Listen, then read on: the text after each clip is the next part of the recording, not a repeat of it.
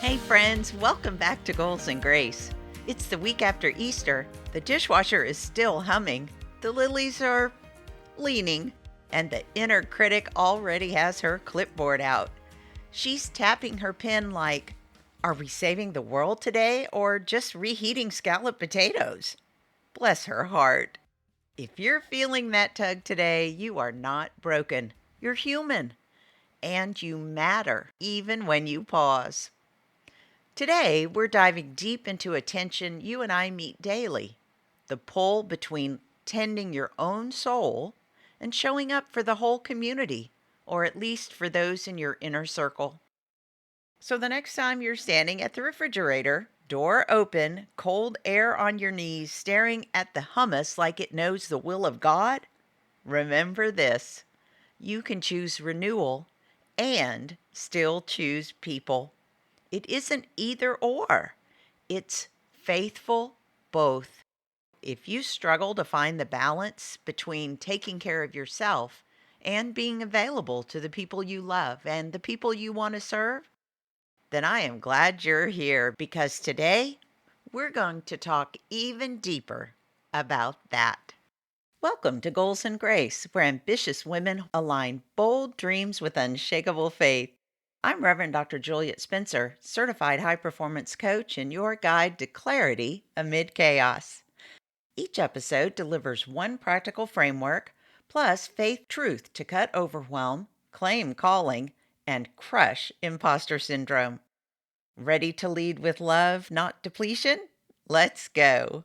We named this in episode 29 and ran it through our 4-part filter: identity, impact, integrity, initiative. Today we'll slow down inside that first dilemma, self versus others, and let it breathe because the emotional toil here is real. When you say yes to your people while your tank is empty, resentment builds. When you say yes to yourself without any outward expression of love, isolation builds. Neither is the way of Jesus. That's the tightrope we're naming today. I run everything through identity, impact, integrity, and initiative. When you're asked to do something outside of the things that scream obvious, like making sure your child has a ride home from school, then before you say yes, ask yourself out loud, who am I called to be right now? If your inner voice isn't clear yet, then maybe you shouldn't give anyone an answer. Pause until you can answer from conviction, not pressure. So I have a quick confession. A couple of years ago, when our kids were all visiting and we were having a big family Easter, it was post-Easter Monday, and I tried to be the patron saint of productivity and generosity.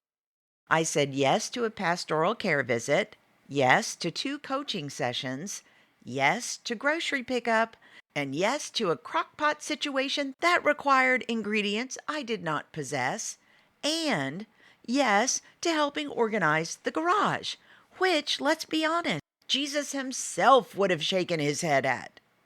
By 3 p.m., I was a holy mess with unholy eyebrows, or in my case, no eyebrows. My husband asked, "What's for dinner?" And I said, "Repentance." I wasn't being a martyr. I was mismanaged. I had outsourced my schedule to guilt. Let me say that again. I had outsourced my schedule to guilt.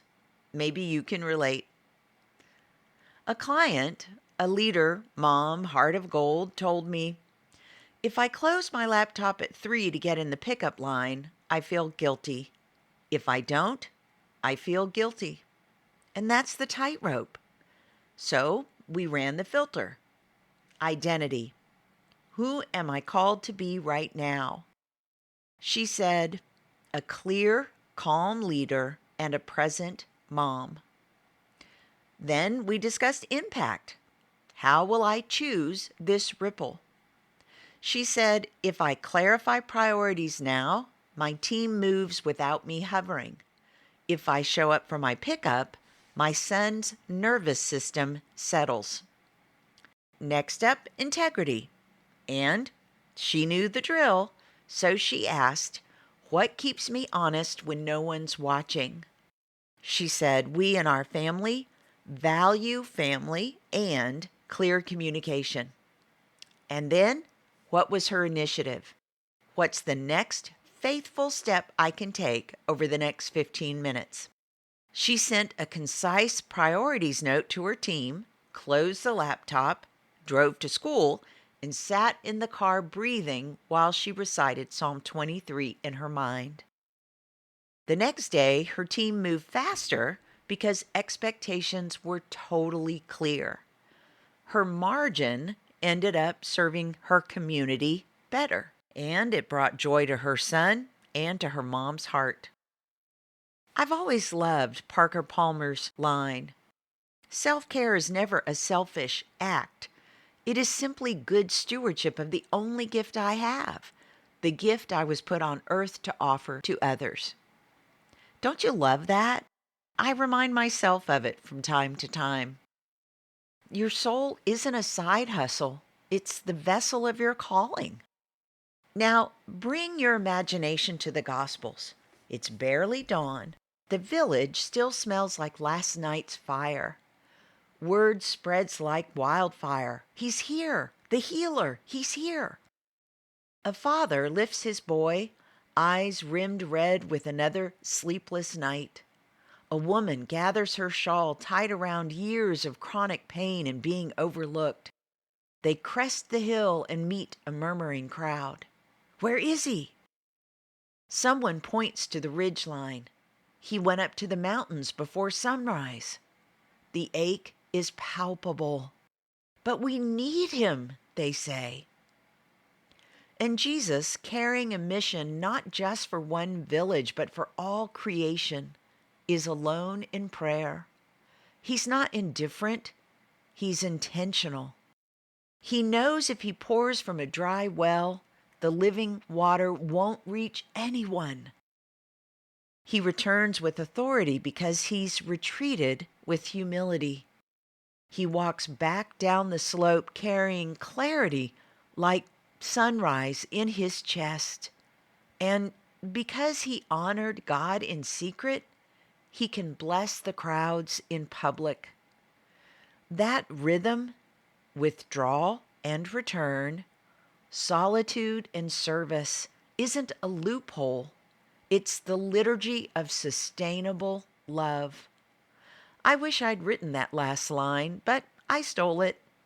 It's the liturgy of sustainable love. Has a beautiful ring to it, doesn't it? Because it's true. If Jesus could step away to pray, to be with friends, to breathe, then you can step away. Your pause is not a betrayal of your people. Ultimately, it's a blessing for them. Here's the honest part. Choosing care can trigger fear. They'll think I don't care. I know I used to have that thought on the regular. And choosing community or choosing others can trigger depletion. No one sees me. I'm exhausted. Do I ever get my time? The inner critic loves this. She'll say, if you were truly faithful, you wouldn't need the rest. And in the next breath, if you were truly wise, you'd never answer another text. But she's not after the truth. She's after your peace.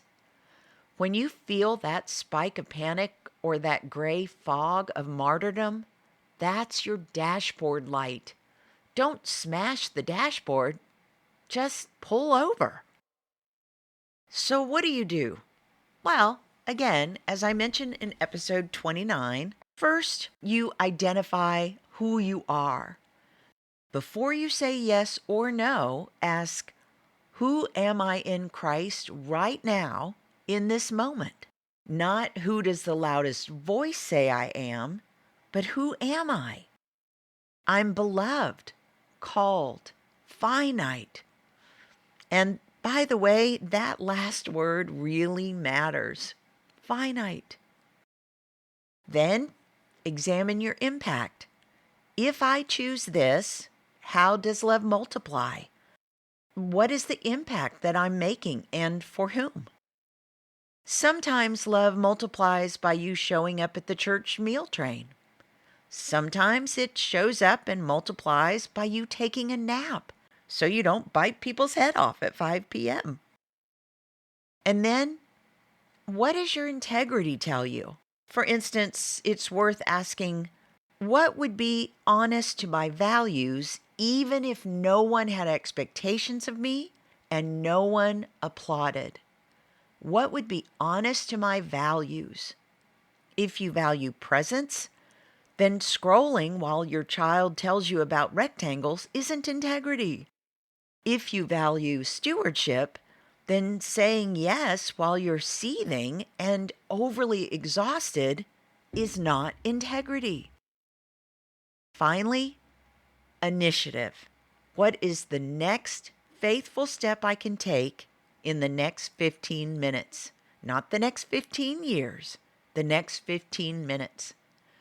Faithfulness fits in 15 minutes. Now that may seem strange, but I promise if you try it, you'll realize how often it fits. Let's ground this with a quick reset you can do today. Put both feet on the floor. Inhale for 4, exhale for 6, and whisper, "The Lord is my shepherd. I shall not want." And then name the tension out loud. So, for example, you might say, "I want to serve everyone, and I need to be well to do it." Or one that I used to struggle with, "I want to be a likable pastor who's there for her people, and I want to have enough energy for my family when I get home." And then choose one next step that honors both. So text the team one clear priority, put the phone in the pantry for the 20 minutes after you walk in the door, and play on the floor or spend time with your teenager asking how the day went. Step outside and put your face in the sun, and then re-engage on purpose. For me, it was recognizing that I didn't always have to make a call in person. Sometimes a phone call was just as meaningful and a lot less time-consuming, leaving me more energized to spend time with my people at home. You know what formed this conviction in me? When my girls were little, I decided early that presence wasn't optional. We dug for worms in the backyard, mama, daddy, children, and yes, grandma and grandpa worms. I supervised with great enthusiasm and zero touching, which they never noticed. I don't regret a single muddy minute. But here's the confession I had to grow through. Because I knew how sacred presence was, it took me much longer to prioritize time away to tend my own soul. Hiring a babysitter so my husband and I could go on a date, or saying yes to a short getaway with my circle of women. I had to learn that stepping back didn't cancel my love for my family. It strengthened it. When I returned, I was kinder, clearer, and a whole lot more fun. For my helpers, caregivers, pastors, team leads, for the people who just want to do right by the people in your world. For those who feel the whole world's tug on your sleeve, hear this with love. Your exhaustion is not proof of holiness, and it's not proof of effectiveness. Jesus' pattern gives you permission. So step away to be with God. Then step toward the people with power that isn't performative. Your no creates space for a better yes. Your rest is a public service announcement that human beings are not machines. So back to our gospel morning. The sun lifts, footsteps approach. The crowd returns. He's back. And what pours out? Compassion, teaching, healing, not frantic fixes, not people-pleasing, not a resentment-laced sermon. power that blesses because the source was honored. And that's the fruit we want. But Jesus didn't just spend time alone. He also spent time with relationships that were important to him so that he could rejuvenate his soul. If you're the kind of parent, if you're the kind of spouse, if you're the kind of Christian who believes that finding enough me time is selfish, if finding time with friends away from responsibility is somehow less than honorable, then I hope you hear me say, if Jesus could do it, then so can you. So try this for 1 week.